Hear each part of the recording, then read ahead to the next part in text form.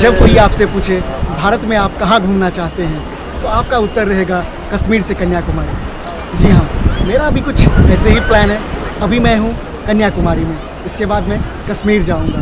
कुछ उल्टा प्लान है, कोई नहीं।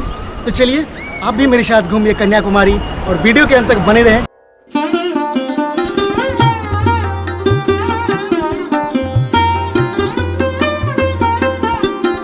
मित्रों, कन्याकुमारी यात्रा की शुरुआत हम कन्याकुमारी माता को प्रणाम करके हमारे वेदांत के विख्यात और प्रभावशाली अध्यात्म गुरु स्वामी विवेकानंद जी से किए। स्वामी विवेकानंद जी का जन्म 12 जनवरी 1863 को हुआ था। ऐसा कहा जाता है कि 1893 में विश्व धर्म सभा में शामिल होने से पहले विवेकानंद जी कन्याकुमारी आए थे। एक दिन वे तैरकर इसी विशाल शिला पर पहुंच गए। इस निर्जन स्थान पर साधना के बाद उन्हें जीवन का लक्ष्य एवं लक्ष्य प्राप्ति हेतु मार्गदर्शन का प्राप्ति हुआ था। ये जो आप विशाल शिला देख रहे हैं, यहीं से स्वामी जी पानी में तैरकर वो साधना स्थल पर पहुंच गए थे। आज भी इस स्थान पे भगवा झंडा शान से लहरा रहा है। अब इस शिला को देखने के बाद हम विवेकानंद रॉक मेमोरियल जाएंगे। उसके लिए एक फेरी लेना होता है, जिसका टिकट मूल्य 70 रुपीज देना होता है। अगर आप लाइन में खड़ा नहीं होना चाहते हैं तो आपको 300 देना होता है। विवेकानंद रॉक मेमोरियल जाने के लिए मैं लाइन में लग गया हूँ। लाइन लंबा है। टिकट मैंने ले लिया है, 70 रुपये का पड़ा है। और फेरी ये है, इस फेरी में हम लोग बैठेंगे।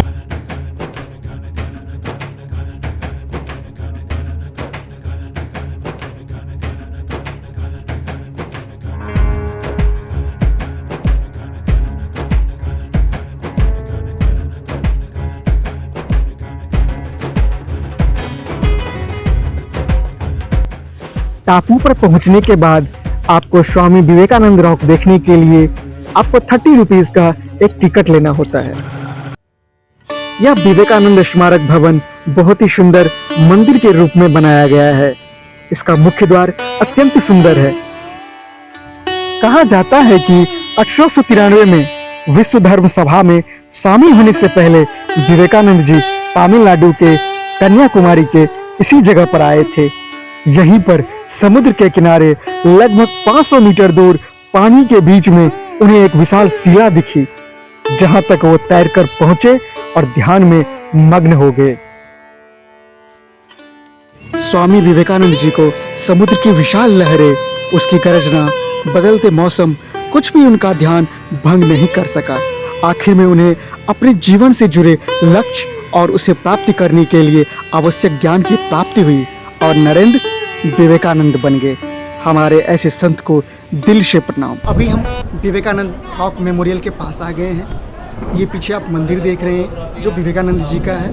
मैं अंदर गया और अंदर में विवेकानंद जी का एक भव्य मूर्ति है। गुरु माता और गुरु का दर्शन किए, बहुत अच्छा लगा। अंदर में एक अध्यात्म का ऊर्जा मिलता है आपको जब आप यहाँ अंदर आते हैं। 1970 के पहले जब मैं प्राइमरी में था तब एक अभियान चलाया था किसी संस्था ने कि विवेकानंद रॉक का जो है ना यहाँ निर्माण होना है। उस समय 25 पैसे या 10 पैसे के कूपन पूरे भारतवर्ष के सभी स्कूलों में बांटे गए थे, स्कूलों में बच्चों के लिए, कि वो उसका कलेक्शन था। उसी कलेक्शन से ये जो है ना स्टैचू का निर्माण हुआ है। मेरे को आके याद ऐसा आ रहा है कि जब हम बहुत छोटे थे, पढ़ते थे, तो बस जानते थे कि हाँ कोई स्वामी विवेकानंद जी हैं और उनका कुछ यहाँ पे काम चल रहा है और उसके लिए कलेक्शन होना है। तो हमने बड़ी खुशी पैसा दिया था।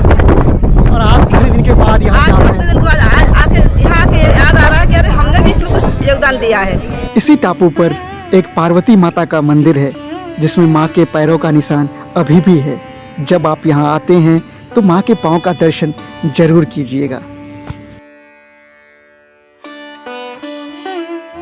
कन्याकुमारी की एक और खूबसूरती तिरुवल्लुवर की मूर्ति है। आप ये देख सकते हैं, समुद्र के बीच में बेहद खूबसूरत लगता है। विवेकानंद रॉक मेमोरियल से सटे यह विशाल प्रतिमा इतिहास प्रेमियों और वास्तुकला प्रेमियों के बीच एक लोकप्रिय आकर्षण है। यह एक प्रमुख तमिल कवि हैं।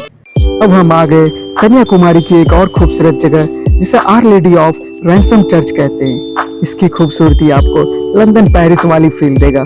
ये चर्च अंदर और बाहर दोनों से खूबसूरत है।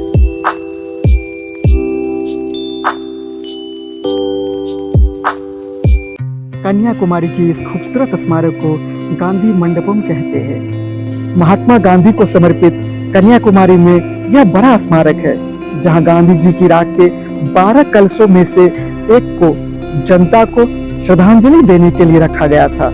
बाद में यह अस्थियों को त्रिवेणी संगम में विसर्जित कर दिया गया। इसका नाम महात्मा गांधी स्मारक। गांधी जी मरने का फिर समाधि दिल्ली राजघाट पर अस्थि पस्पम पहले गंगा यमुना इलाहाबाद पहले नदिகள் में थोड़ा पस्पम एक कांग्रेस पार्टी 14 दिन फिर 12 फरवरी 1947 शाम को 5 बजे गांधी जी का अस्थि कलश इधर ऊपर रखा था। पूजा करने के बाद में समुद्र में डाला है। अच्छा, गांधी जी का अस्थि कलश इधर रखा था, समुद्र में डाला है। अंदर कुछ नहीं। कन्याकुमारी में इंडिया का लास्ट जमीन 3 समुद्र पानी आता, त्रिवेणी संगम, बंगाल महासागर, हिंद महासागर, अरबी समुद्र। गांधी जी का अस्थि कलश संगम में डाला है। ओके, संगम के लिए। ऊपर देखो, सुराख देखो। हाँ, ऊपर से ये पोल बनाता है, सारा दिन सुराख खुलाएगा। ऊपर से शीशा नहीं, बंद नहीं, कुछ नहीं। कितना बड़ा बारिश आ रहे तो अंदर से बिल्कुल पानी नहीं आता है। विदिन अक्टूबर 2 गांधी जी का जन्म दिवस, जन्म टाइम 3 को 12 बजे 12:20 के ऊपर के सूर्य किरण बरता है। दोस्तों, जब हम कन्याकुमारी समुद्र के किनारे घूम रहे थे तो अचानक मुझे भविष्य बताने वाला तोता मिल गया, जो हम लोग फिल्म में देखते हैं। तो चलिए देखते हैं।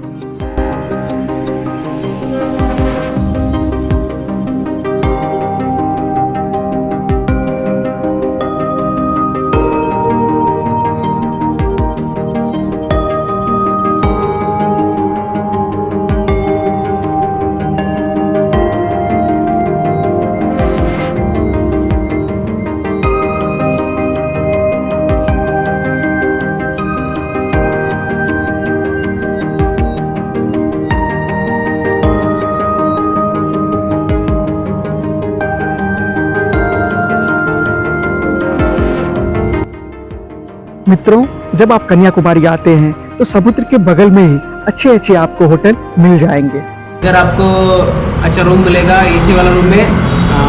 अंडर रूम में अंडर रूम 500 से 800 ऐसा मिलेगा। सीजन का ऊपर है, 24 घंटा। हाँ, 24 आवर्स ऐसा मिलेगा।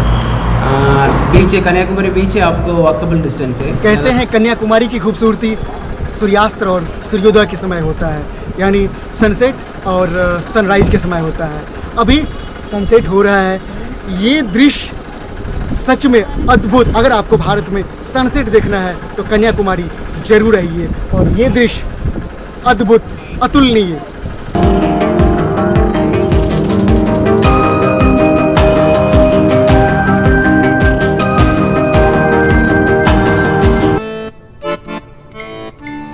कन्याकुमारी की शाम का दीदार सबकी चाहत होती है।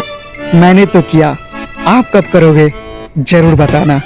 चलिए, इन हसीन वादियों को छोड़ के जाने का वक्त मेरा भी हो गया।